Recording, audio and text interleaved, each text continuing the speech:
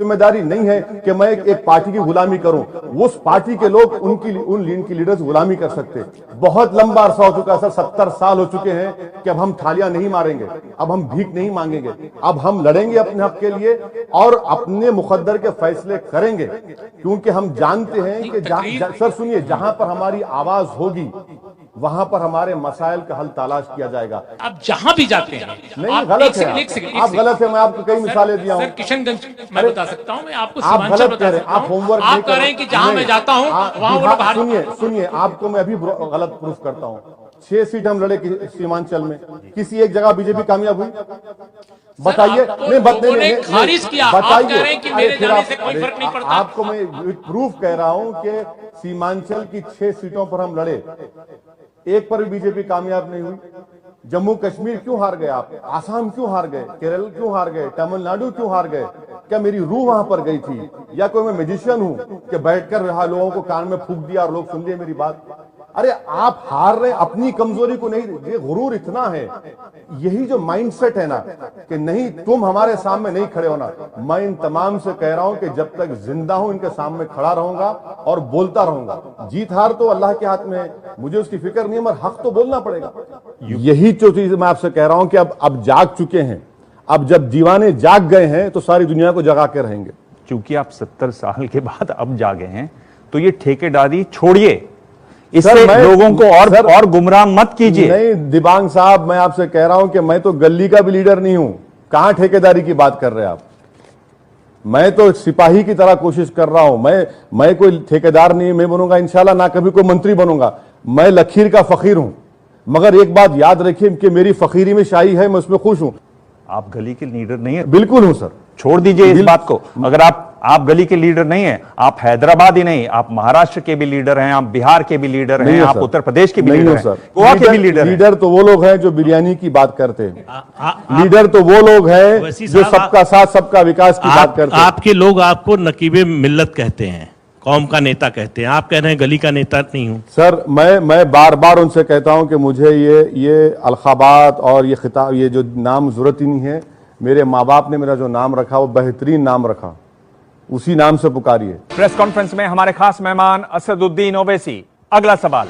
आप उत्तराखंड नहीं जा रहे, आप पंजाब नहीं जा रहे, आप गोवा नहीं जा रहे, मणिपुर नहीं जा रहे, तो ऐसी हालत में ये लगता है कि सिर्फ मुस्लिम वोट बांटने के लिए। नहीं सर, देखिए रियलिस्टिकली अगर आप देखेंगे तो हम लोग पिछले 3-4 साल से उत्तर प्रदेश में ऑर्गेनाइजेशन पर काम कर रहे हैं और वहां मैं कॉन्स्टेंटली जा रहा हूं, बावजूद इसके कि पिछले 2 साल में एक मुझे पब्लिक मीटिंग का परमिशन नहीं देती मुलायम सिंह की सरकार।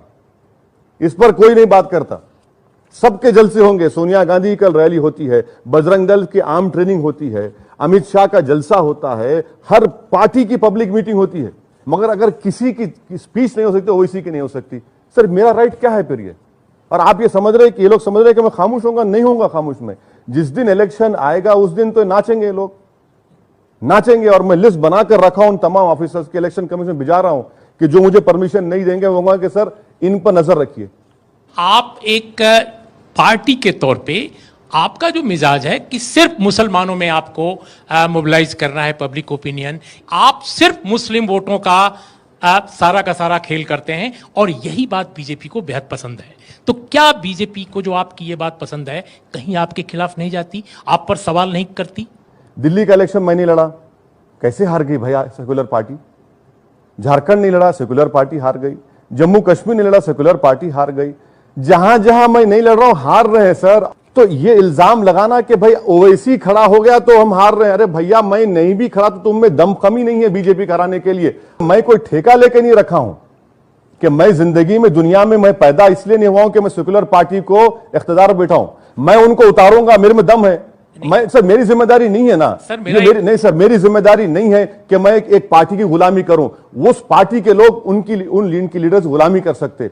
बहुत लंबा अरसा हो चुका है सर, 70 साल हो चुके हैं कि अब हम थालियां नहीं मारेंगे, अब हम भीख नहीं मांगेंगे, अब हम लड़ेंगे अपने हक के लिए और अपने मुकद्दर के फैसले करेंगे, क्योंकि हम जानते हैं कि सर सुनिए, जहां पर हमारी आवाज होगी वहां पर हमारे मसाइल का हल तलाश किया जाएगा। आप जहां भी जाते हैं नहीं, आप गलत है, एक सेकंड आप गलत है। मैं आपको कई मिसालें दिया हूं। सर किशनगंज मैं बता सकता हूं, मैं आपको आप सीमांचल गलत बता कह रहे हैं, सकता आप हूं। होमवर्क आप कह रहे हैं कि जहां मैं जाता हूं वहां वो लोग बाहर। सुनिए, आपको मैं अभी गलत प्रूफ करता हूं। 6 सीट हम लड़े सीमांचल में, किसी एक जगह बीजेपी कामयाब हुई? बताइए। लोगों ने खारिज किया, आप कह रहे हैं कि मेरे जाने से कोई फर्क नहीं पड़ता। आपको मैं प्रूफ कह रहा हूं कि सीमांचल की 6 सीटों पर हम लड़े, एक पर भी बीजेपी कामयाब नहीं हुई। जम्मू कश्मीर क्यों हार गए आप? आसाम क्यों हार गए? केरल क्यों हार गए? तमिलनाडु क्यों हार गए? क्या मेरी रूह वहां पर गई थी, या कोई मैं मैजिशियन हूं कि बैठकर लोगों को कान में फूंक दिया और लोग सुन लिए मेरी बात? अरे आप हार रहे, अपनी कमजोरी को नहीं, ये गुरूर इतना है, यही जो माइंडसेट है ना कि नहीं तुम हमारे सामने नहीं खड़े होना। मैं इन तमाम से कह रहा हूं कि जब तक जिंदा हूं इनके सामने खड़ा रहूंगा और बोलता रहूंगा। जीत हार तो अल्लाह के हाथ में है, मुझे उसकी फिक्र नहीं है, मगर हक तो बोलना पड़ेगा। यूपी के एक नेता वो क्या कह रहे हैं, उनकी बात सुन लीजिए, सुनाइए। 2017 के चुनाव में 2 नई चुनौतियां, उनमें से बड़ी चुनौती कौन सी होगी?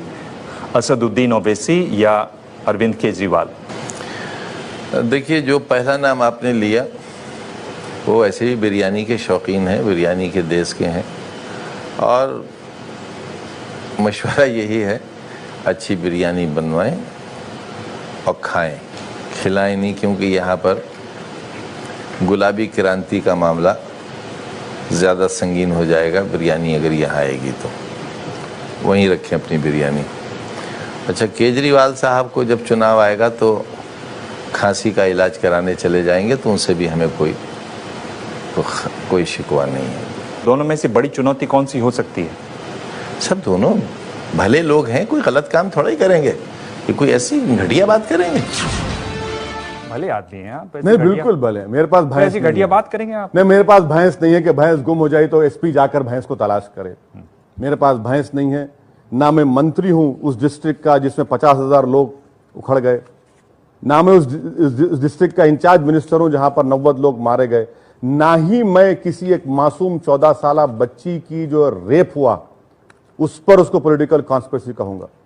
ये फर्क है, इसको महसूस कर रही है अवाम। तो ये बिल्कुल सही है, बहुत बड़े हैं सर, ये आसमान है, मैं जमीन हूं। तो उनकी जो सलाह है उनको आप मानेंगे कि नहीं? कि आप हैदराबाद में बिरयानी खाइए, यहाँ सर, कहाँ जा रहे हैं? अब देखिए ना कि वो अपनी ही पार्टी को खिला दें जो खिलाना चाह रहे हैं, रोज खिला रहे हैं, वो अच्छा स्टेटमेंट देते हैं। अखिलेश को तो दुश्मनों की जरूरत ही नहीं है, अखिलेश दुश्मनों की जरूरत ही नहीं है।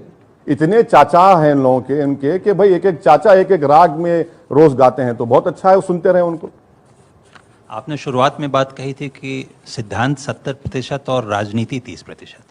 अभी जो आपने लंबी तकरीर की जिस तरीके से, उसमें राजनीति आपकी 80% दिख रही है, सिद्धांत कहीं 20% दिख रहा होगा।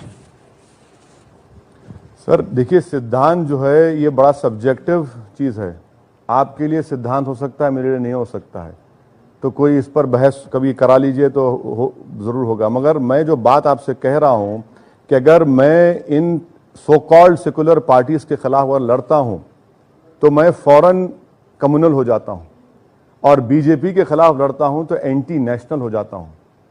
तो ये 2 चक्की के पार्ट में ये लोग पीसना चाह रहे मुझे, मैं पीसने वाला नहीं हूं। मैं यही कह रहा हूं कि आप मेरे नेशनलिज्म को, मेरे सेकुलरिज्म के कमिटमेंट को क्वेश्चन नहीं कर सकते। मैं मुबारकबाद देता हूं कि दलितों ने ऊना को नहीं भूला और चीफ मिनिस्टर को छोड़ना पड़ा, सिखों ने 84 को नहीं भूला। क्या कांग्रेस पार्टी जो 84 के राइट्स में लीडर को भिजा सकती पंजाब को, कमलनाथ को भिजाए तो बवाल हो गया। ये हमको सीखना है, मुसलमानों को याद रखना है, याद दिलाना है, चाहे वो हाशिमपुरा हो, चाहे वो लिटरेसी रेट्स हो, चाहे वो अनएम्प्लॉयमेंट के हो, चाहे वो रिजर्वेशन के वादे की जो पूरा नहीं किया गया, ये याद दिलाना जरूरी है। और जब हम याद दिलाते हैं तो आप इल्जाम लगाते हैं राजनीति कर रहे, वो कहते हैं कि देखो ये वोट काट रहा है। यही तल्ख बातें करना जरूरी है पॉलिटिकल कन्वीनियंस के लिए। सर ये मैं कोई ऑर्केस्ट्रा पार्टी नहीं हूं कि किसी के सामने जाकर गाना गाऊं और वो बोले कि वाह वाह क्या गाए हैं, वो बहुत हो गया। अब 70 साल से जो लोग गा रहे थे उनसे सुनिए आप, अब तल्ख गुफ्तगू सुनने का वक्त आया, हकीकत सुनना पड़ेगा। आप ऑर्केस्ट्रा तो आप वैसे भी नहीं बन सकते, आप तो अकेले नाचते हैं सब जगह। नहीं सर, नचाते हम लोग, नाचते हैं हमारे सामने, और हमारी बात पे बहुत तकलीफ होती है। पर मैं आपसे ये पूछ रहा हूँ कि आप मुसलमानों की बात कर रहे हैं, आपके हैदराबाद में ही आ जाइए, वहाँ पर 1200 स्कूल थे, वो घटकर अब 300 स्कूल हो गए हैं। आप वक्फ की ज़मीन देख लीजिए, वक्फ में बोर्ड में आपके पार्टी के लोगों की भरमार है। 81,000 एकड़ वक्फ की ज़मीन पर इंक्रोचमेंट है। लोग कहते हैं कि आप ही के लोग नाम बदल बदल के उसमें घुसते हैं, वक्फ की ज़मीन बेचते हैं। मैं ये कह रहा हूँ कि ये सारी चीज़ों को दूर क्यों नहीं करते? तब आपकी बात में और वजन आएगा, आपके पास काम आएगा कि देखिए मैंने ये काम किया है। आपका जो रिसर्च टीम है उन्होंने आपके ये नहीं बता पाए कि तेलंगाना में 70 रेजिडेंशियल स्कूल्स खोले गए माइनॉरिटीज़ के लिए, 28 हैदराबाद में खोले गए, जिसमें पहली क्लास से लेकर 12th क्लास तक फ्री में तालीम दी जा रही है। आप क्या इस बात को मना कर रहे हैं कि पिछले 70 सालों में स्कूलों की जो संख्या है उर्दू स्कूलों की वो घटी है, 1/3 से भी कम हुई है? बिल्कुल कम हुई है, बिल्कुल सही आपकी बात मैं मानता हूं, ये हुआ है। और इसीलिए गवर्नमेंट तेलंगाना में केसीआर की गवर्नमेंट जो रेजिडेंशियल स्कूल्स खोल रही थी, हम उनसे जाके रिक्वेस्ट किया कि सर ज़्यादा यहाँ पर खोलिए, और ट्रेमेंडस रिस्पॉन्स है स्कूल्स में।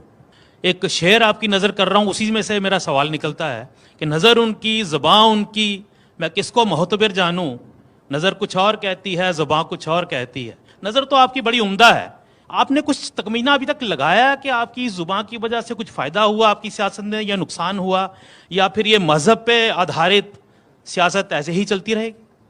सर, इतनी नाइंसाफियों को आप रोज़ देखते हैं, जो लोग इख्तदार की कुर्सियों पर बैठे हुए हैं, तो सर ये ज़बान अगर मेरी कड़वी है तो जिम्मेदार ये लोग हैं।